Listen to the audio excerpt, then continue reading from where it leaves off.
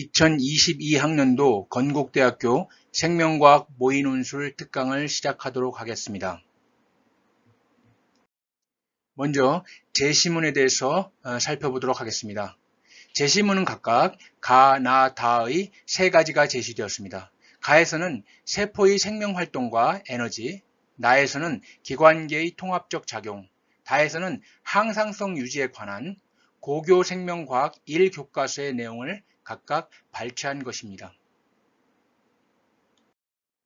각 문제에 관한 평가 요소는 다음과 같습니다. 문제 1에서는 세포 호흡에 의한 생명활동에 필요한 에너지 전환 과정에 대한 이해를 묻는 문제가 되겠고, 에너지를 얻기 위한 기관제의 통합적 작용을 이해하고 있는지, 그리고 위 지식을 바탕으로 주어진 상황을 적절하게 설명할 수 있는지를 평가하는 문제가 되겠습니다.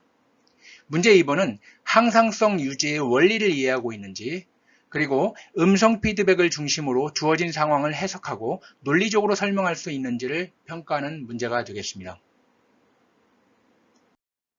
다음으로 각 문제들을 구체적으로 풀어보도록 하겠습니다. 문제 1. 2019년 노벨 생리의학상은 세포의 산소 가용성 감지와 적응 기작을 발견한 과학자들에게 돌아갔다. 그들이 발견에 의하면 세포가 저산소 상태에 직면할 때 저산소 유도인자인 HIF-1A의 활성화가 일어난다.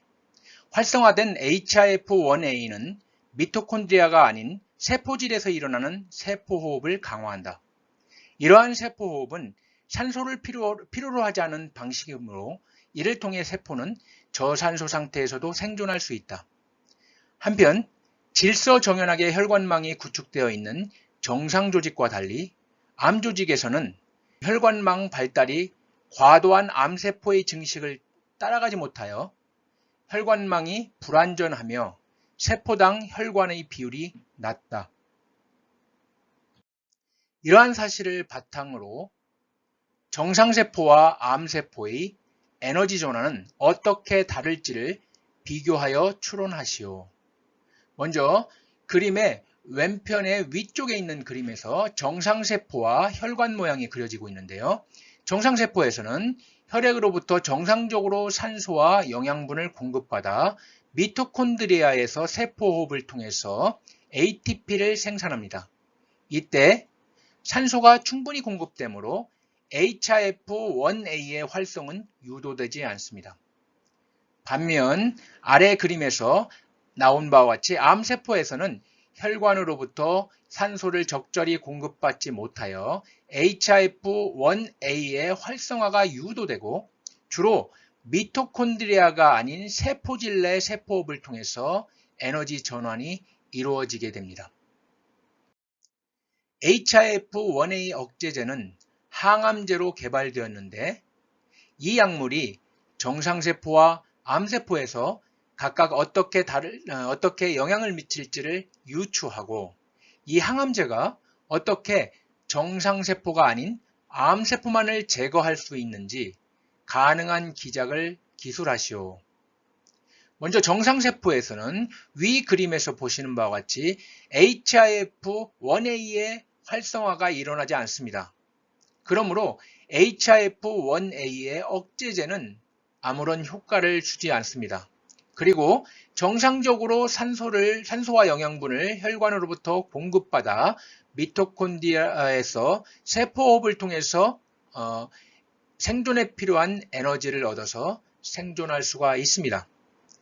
반면 암세포에서는 이와 같이 저산소 상태이므로 HIF-1A가 활성화돼서 세포질 내 세포호흡을 통해서 생존하게 되는데 이때 HIF-1A의 억제제는 이러한 세포호흡의 변화가 일어나는 것을 방해하게 됩니다.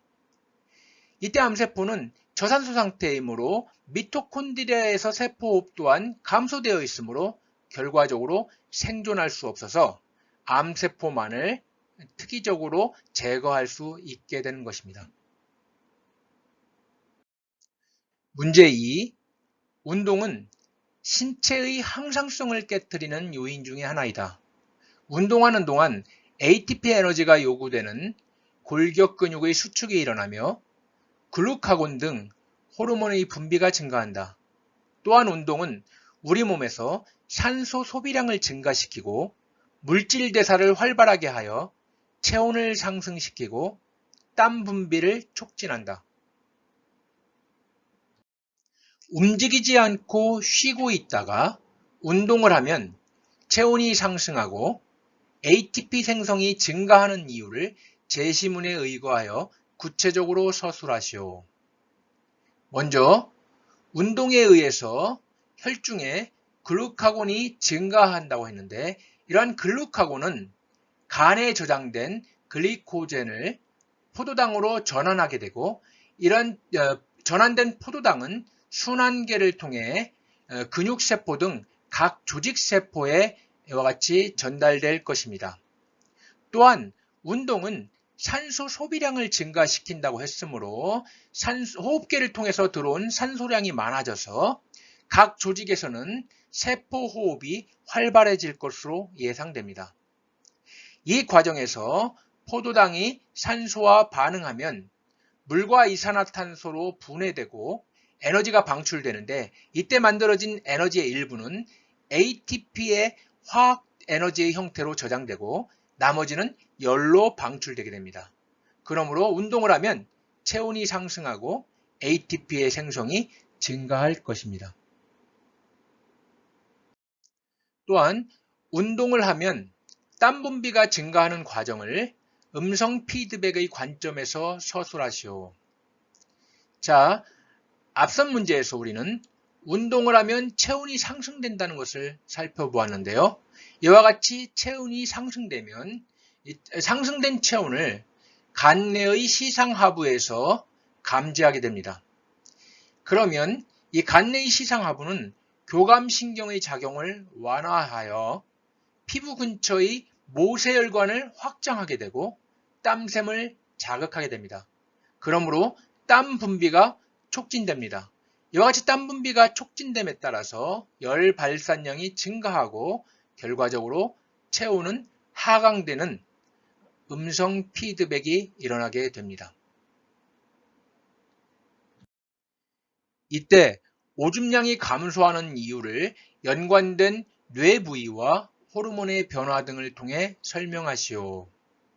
앞선 문제와 같이 운동을 하면 땀 분비가 증가되게 됩니다. 이때 땀 분비가 증가되면 체액의 삼투압이 상승하게 되고 체액의 삼투압의 상승을 간내 시상하부가 감지하여 뇌하수체 후엽을 활성화합니다. 이때 뇌하수체 후엽에서는 항이뇨 호르몬인 ADH 분비를 증가시킵니다. 그 결과 콩팥에서 ADH는 물의 재흡수량을 증가하므로 오줌량이 감소될 것입니다. 이렇게 감소된 오줌량으로 말미암아 결과적으로 체액의 삼투압은 다시 정상화될 것으로 예상됩니다. 이상으로 2022학년도 건국대학교 모의논술 생명과학 해설을 마치도록 하겠습니다. 수고하셨습니다.